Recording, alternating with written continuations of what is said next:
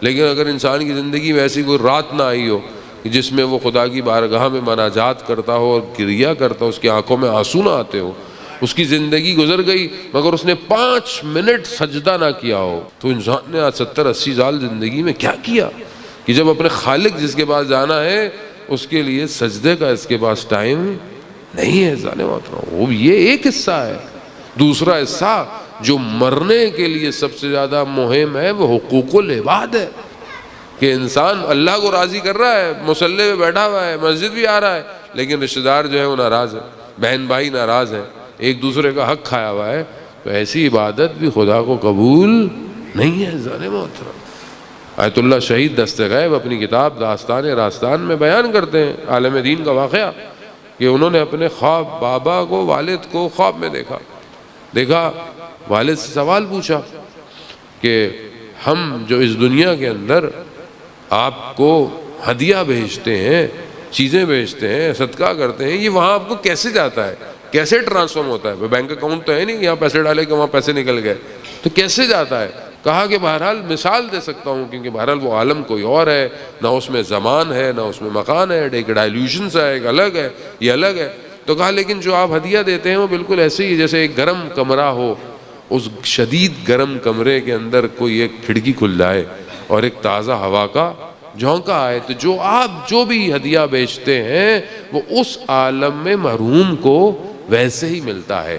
تو ایک صلوات بیچ کر تمام محرومین کو بخش دیں۔ اللہ صلی علی محمد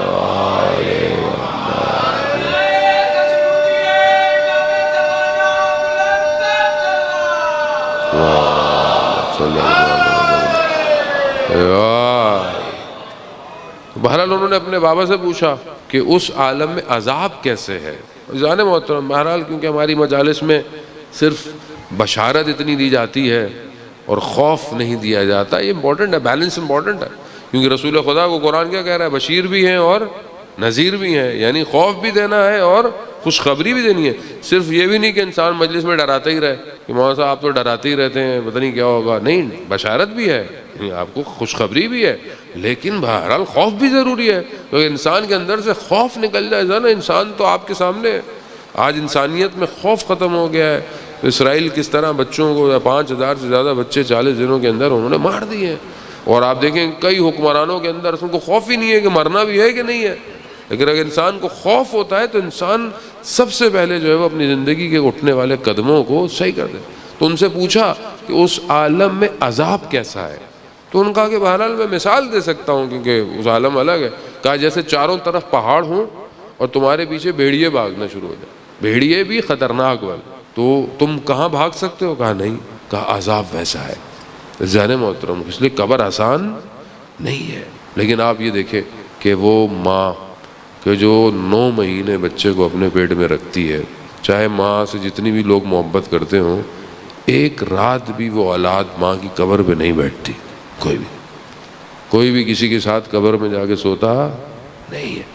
وہ بھی انسان ایسے ہی ہے بہرحال انسان کو، لیکن اگر اچھی اولاد ہو تو کم از کم بعد میں کام نیک کر سکتی ہے۔ تو وہ کیونکہ عالم دین تھے تو انہوں نے اپنے بابا سے پوچھا کہ آپ کے ہونٹوں پہ زخموں کے نشان ہیں، یہ کیا ہے؟ تو کہا کہ کیونکہ میں عمر میں بڑا تھا آپ کی ماں سے، تو میں انہیں کچھ سخت جملوں سے پھکارتا تھا۔ بہرحال انسان زندگی میں عادی ہوتا ہے، انسان زبان کے تیر جو ہیں وہ سخت ہوتے ہیں اور انسان کو اندازہ نہیں ہوتا اپنی زندگی میں کسی کو غلط لفظ سے بولتا ہے۔ تو کہا ان کا دل دکھتا تھا، لیکن کیونکہ میں عمر میں بڑا تھا تو وہ کچھ کہتی نہیں تھی۔ تو کہا یہ وہ لفظ ہے جو اس عالم میں میرے ہونٹوں پہ زخموں کی طرح ہے، اور قیامت تک جو ہے وہ یہ زخم رہیں گے۔ تو ہاں میں کچھ کر سکتا ہوں؟ کہا ہاں، اپنی والدہ سے کہیں کہ وہ مجھے معاف کر دے، حلال کر دے۔ ذہن محترم، بہرحال انسان زندگی میں یہی مشکلات ہیں۔ بعض اوقات انسان اپنی زندگی ایسے گزارتا ہے جیسے کہ مسئلہ یہی زندگی ہے، رشتہ داروں کے ساتھ، بہن بھائیوں کے ساتھ اختلاف، ایک دوسرے کو جملے کہہ دینا، ذرا سی بات پہ آپ دیکھیں ناراضگی ہو جاتی ہے فیملی کے اندر، اس نے یہ کہہ دیا، اس نے وہ کہہ دیا۔ یہ ساری چیزیں بہت چھوٹی ہیں۔ جب انسان کو پتا ہو کہ اس نے قبر میں جانا ہے، وہ ان چھوٹی چیزوں پہ دھیان نہیں دیتا، وہ بڑی نگاہ رکھتا ہے۔ لیکن افسوس، کیونکہ ہم بہرحال انسان ہیں، مادے سے ہمارا رشتہ اتنا اٹیچ ہوا ہے کہ ہم چھوٹی چھوٹی باتوں میں، کبھی زمین کے ٹکڑوں پہ، کبھی تھوڑے سے پیسوں پر، کبھی کسی بات پر اتنے ناراض ہو جاتے ہیں کہ ہم اپنی قبر کو خراب کر دیتے ہیں. اور یہی وہ قبر ہے کہ جو بعد میں انسان کی زندگی کے لیے مشکلات کا سامنا کر دیتی ہے. جانے محترم، یہاں آپ بیمار ہو جائیں، مریض ہو جائیں، ہاسپٹل چلے جائیں، انجیکشن لگوا لیں، بدن کا اعضا خراب ہو جائے آپ کٹوا لیں، اس عالم میں کوئی آپریشن نہیں ہے، اس عالم میں کوئی ٹریٹمنٹ نہیں ہے، سوائے اس کے کہ اگر آپ نے کوئی باقت و صالحات کام کیا، یا اچھی اولاد کی تربیت کی، یا کوئی ایسا خیر کا کام کر کے چلے گئے. مشہور واقعہ آپ نے میسیجز میں دیکھا ہوگا، ایک شخص اپنے کارخانے جا رہا ہوتا ہے تو رستے میں اسے انگور ملتے ہیں، اچھے لگتے ہیں، اس کو پسند، اس نے وہ انگور لیے، ڈرائیور کہہ کے گھر بھیج دیتا ہے کہ میں دوپہر کو کھانے پہ آؤں گا تو کھا لوں گا. دوپہر کو وہ اپنے گھر کھانے پہ جاتا ہے، دسترخوان پہ سب کچھ ہوتا ہے سوائے انگوروں کے. تو پوچھتا ہے کہ بھئی انگور کہاں گئے؟ تو زوجہ کہتی ہیں بھئی آئے تھے، اچھے تھے، بچے کھا گئے، اور جو بچا تھا وہ میں کھا گیا. اسی حالت میں دسترخوان سے بغیر کھانا کھائے اٹھتا ہے، اپنا سامان اٹھاتا ہے، اپنی فائل، اپنی بینک اسٹیٹمنٹ، سب کچھ، چیک بک اٹھاتا ہے. کہتے کہاں؟ خاموش چلا جاتا ہے. رات کو دیر سے واپس آتا ہے. کہاں چلے گئے تھے؟ کہا میں نے یہ سوچا کہ جو گھر والے میرے لیے 4 انگور کے دانے نہیں رکھ سکتے، وہ مرنے کے بعد میرے لیے کیا کریں گے. تو کہا میں نے جاتے ہی اپنے وکیل کو بلایا، میں نے ایک زمین خریدی اور جو ہے وہ کنسٹرکٹر کو بلایا اور اپنے سامنے نقشہ اور بنیاد کھدوا کر کے میں ایک مسجد بنا جاؤں کہ تاکہ میرے مرنے کے بعد کم از کم میرے لیے یہ ساما میری قبر میں جاتا رہے. تو عزیزان محترم، اپنے لیے کچھ نہ کچھ کریں. دنیا کے لیے انسان کتنا بھاگتا ہے، پلاٹ لے لوں، یہاں لے لوں، وہاں لے لوں، قسطیں دے دوں، دیتا ہی رہتا ہے. بعض اوقات انسان ساری زندگی قسطیں ہی بھرتا رہتا ہے اور اس کو موقع نہیں ملتا. لیکن آخرت کے لیے کتنی قسطیں بھیج رہے ہیں ہم. کیا ڈیلی کوئی ایسا کام ہے جو صرف میری قبر کے لیے؟ کوئی ایسا کام ہے جو میرے اس عالم میں، میری قبر میں؟ آپ جائیں قبرستان، ماشاءاللہ وادی حسین، آپ نے وہ سولر سسٹم لگایا ہوا ہے، اوپر سے قبر روشن ہے، اندر سے قبر میں نے خود روشن کرنی ہے. کوئی سولر سسٹم جو ہے وہ اندر سے قبر کو روشن نہیں کرے گا. اس کے لیے ضروری ہے کہ یا حضرت عیسیٰ علیہ السلام گزر رہے تھے قبرستان سے، کیا دیکھا؟ قبر میں عذاب ہے. کچھ عرصے کے بعد دوبارہ گزرے، دیکھا قبر میں عذاب نہیں ہے. کہا پروردگار کیا ماجرا ہے؟ کہا کہ اس کی اولاد میں سے ایک بچے نے ایک پل ٹوٹا ہوا تھا، اس پل کو جوڑ دیا تو لوگ چل رہے ہیں. اس نیک کام کی وجہ سے ہم نے اس کی قبر سے عذاب اٹھا لیا ہے. آپ جانتے ہیں کہ اگر آپ کی اولاد میں سے کوئی ایک بچہ قرآن کی تلاوت کرے تو اس کا ثواب مرحوم کے قبر میں جاتا ہے. بہرحال آج کل ہم دنیا میں سب کچھ پڑھاتے ہیں قرآن کے علاوہ. بہرحال قرآن کی تعلیم، تربیت، یہ سرمایہ ہے عزیزان محترم. خوب یہ انسان کو خود کر کے جانا ہے، اپنی آخرت کا نظام خود کر کے جانا ہے. اگر آج آپ کے پاس تھوڑا سا وقت نہیں ہے اپنے آپ کے لیے کہ آپ رات کو اٹھیں اور خدا کی بارگاہ میں مناجات کریں، کوئی ایک زندگی میں دعا پڑھ لیں، آپ اپنا نقصان کر رہے ہیں. آپ خدا کی بارگاہ میں جتنا گڑ گڑائیں گے خدا اتنا آپ کی موت کو آسان بنائے گا. اور موت کو نقصان نہیں ہے. موت اس کے لیے نقصان ہے جسے پتہ نہ ہو کہ اس نے جانا کہاں ہے. مسلم نے اوسجا شب عاشورہ مسکرا رہے ہیں. حبیب ابن مظاہر کے دوست ہیں. حبیب نے پوچھا مسلم مسکرانے کی شب نہیں ہے؟ کہا میں اس لیے مسکرا رہا ہوں کہ میرے اور خدا کی ملاقات میں چند لمحوں کا فاصلہ رہ گیا.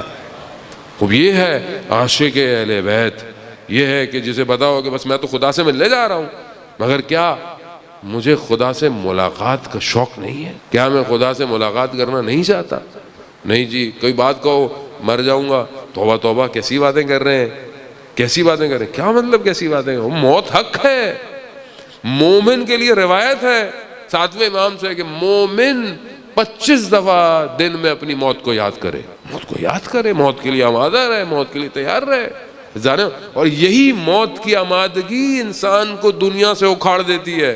اگر آپ موت کے لیے آمادہ ہیں تو آپ کسی کا حق نہیں کھائیں گے، کسی پر ظلم نہیں کریں گے، اسراف نہیں کریں گے، حرام نہیں کمائیں گے، اپنی نگاہوں کی حفاظت کریں گے، اپنی زبان کی حفاظت کریں گے۔ شہید دست غیب گناہ کبیرہ کی جو کتاب ہے، ان کی جوانوں کو پڑھنی چاہیے وہ کتاب، اس میں زبان کے جو گناہ ہے وہ سب سے زیادہ ہے، اور جو زبان کے گناہوں کا عذاب ہے وہ سب سے زیادہ قبر کے اندر ہے۔ جو انسان کسی پر تہمت لگاتا ہے، کسی کے اوپر نقطہ چینی کرتا ہے، کسی کو غلط جملوں سے ٹیز کرتا ہے، سب سے زیادہ اس کا عذاب انسان کی قبر کے اندر ہے۔ قبر کے اندر انسان خود اپنے ساتھ لے کے جا رہا ہے، جانے محترم ایک گوشت کا حصہ ہے، لیکن چاہے تو یہی زبان آپ کو کمال پہ لے کے جا سکتی ہے۔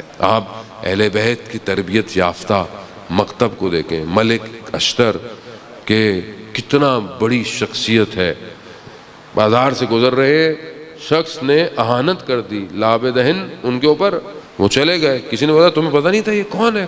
کہا ملک اشتر ہے۔ وہ کانپنے لگا، ڈھونڈنے لگا ملک اشتر کہاں ہے۔ جب جا کر ڈھونڈا تو کیا دیکھا مسجد میں ملک اشتر کو پایا۔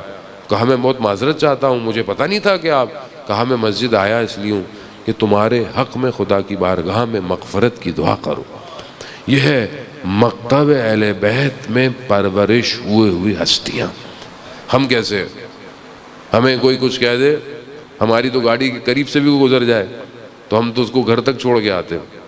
ان انسان کا ٹیمپرمنٹ ایسا ہے، ذرا سا کوئی زیادتی کر دے انسان، کیا ہو گیا؟ کوئی مثلا آپ کے بارے میں کہے کہ آپ کے سامنے برائی کہہ رہے تو کوئی بات نہیں، حدیث کیا کہتی ہے، امام کیا کہتے ہیں، اگر کوئی تمہارے بارے میں برا کہے تو کیا کہو، اگر تو یہ برائی میرے اندر پائی جاتی ہے تو خدا میری ہدایت کرے، اور اگر یہ برائی میرے اندر نہیں پائی جاتی تو خدا اس کی مغفرت کرے۔ اب یہ تربیت اہل بیت ہے۔ ذرا محترم انسان اگر چاہتا ہے تو اپنی شخصیت کے اندر وہ نکھار پیدا کرے کہ جو خود اہل بیت کہے۔ شخص چھٹے امام کی خدمت میں آتا ہے، اللہ صلی علی،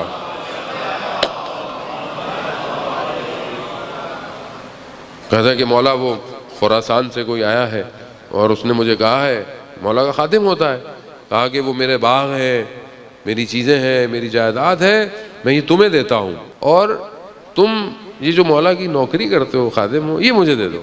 تو مولا، میں نے سوچا کہ نقصان نہیں ہے، تو امام نے کہا ہاں تمہاری مرضی ہے، کر لو جو کرنا ہے۔ جب جانے لگا تو امام نے کہا مگر ایک بات یاد رکھو، جو اس دنیا میں جتنا ہمارے قریب ہے وہ آخرت میں بھی ہمارے اتنا ہی قریب رہے گا۔ تو ہم اس دنیا میں اپنے امام کے کتنے قریب ہیں؟ آپ خود اپنے آپ کو دیکھیں کہ کیا میں امام زمانہ کو یاد کرتا ہوں کہ نہیں کرتا، کتنا میں اپنی زندگی کے وقت کو اپنے امام کے لیے گزارتا ہوں۔ جانے محترم بہرحال وقت جو ہے وہ بڑی تیزی سے آخر کی طرف ہے، بہرحال مغرب سے کچھ دیر پہلے ختم بھی کرنا ہے، نوا خوانی بھی ہے۔ جانے محترم بہرحال جتنا بولیں، جتنا ذکر فضائل اور مصائب کیے جائیں وہ کم ہے، لیکن کسی کی موت پر جمع ہونا اور یاد کرنا، پہلی چیز آپ کو اپنی موت یاد کرنا ہے۔ آج آپ کسی کے چہلم پر آئے ہیں، کل آپ کا بھی چہلم ہونا ہے۔ آج تو لوگ ان سے محبت کرتے تھے تو لوگ آ گئے، ذکر ہو گیا، قرآن خوانی، ہمارے مرنے کے بعد کیا ہوگا؟ ابھی ہمارے ایک بہت اچھے عزیز دوست عالم دین مولانا ذکی باقری صاحب کے داماد بھی تھے، میرے بہت اچھے دوست تھے، کلاس فیلو تھے، کئی سالوں سے کینیڈا میں تبلیغ میں مشغول تھے، انگلش میں مجالس پڑھتے تھے۔ ان کی موت نے ایک ایسا جھٹکا دیا ہم دوستوں کو، کیونکہ بہرحال ساتھ پڑھے ہوئے تھے، حوضے کی زندگی ساتھ گزاری ہوئی تھی، اور بہرحال عرصہ تبلیغ کے اندر بھی ایسی شخصیت، ایک ایسا جھٹکا جان محترم کہ یعنی میرے جیسا آدمی کہ جو ہر وقت موت کے بارے میں مجلس پڑھتا ہے خاموش کر گیا۔ یعنی ایسی موت، یعنی اس مصروف اور سردی اور اس ملک میں بھی جنازے میں 5000 لوگ تھے، بچے، کیوں؟ زندگی ایسی گزاری تھی۔ میں نے لوگوں کو اشک بار دیکھا، بچوں کو، انگریزوں، مطلب وہ ظاہر ہے وہیں کی پلے بڑے تھے، وہیں کی تربیت تھی۔ خود ذکی باقری صاحب کا میسج آیا، مجھ سے برداشت نہیں ہوا، بیچارے خود روتے ہوئے، کہ انہوں نے کہا کہ میں نے اس کی تربیت یہاں معاشرے کے لیے کی تھی، میرا سرمایہ تھا، لیکن چلا گیا۔ اذان محترم حقیقت ہے، لیکن خوش قسمتی یہ ہے کہ انسان آپ کو اس مکتب کے ساتھ چھوڑ کر، ہماری کوئی پہچان نہیں ہے سوائے اہل بیت، ہمارا کوئی در نہیں ہے سوائے اہل بیت۔ ہم کس در میں جائیں گے؟ ہمارے پاس کیا ہے جو قیامت میں ہمیں شفاعت ملے؟ کچھ نہیں ہے سوائے اس کے کہ یہ چند آنسو ہیں ہماری آنکھوں کے، کوئی سرمایہ نہیں ہے۔ اتنے عرصے حوضے کی زندگی گزار کے اگر کوئی مجھ سے پوچھے کہ کیا ہے، میں یہی کہوں گا حضرت معصومہ سلام اللہ علیہ کی زیارت ہے، بس اور کچھ نہیں۔ اگر ہے تو یہی ہے زن موت۔ تو انسان اپنے اعمال پر تکبر غرور نہ کرے، انسان خوش یہ رہے کہ اس کو یہ در ملا ہوا، اور بس اسی در سے انسان جو ہے وہ آگے کی طرف زن محترم بڑھے۔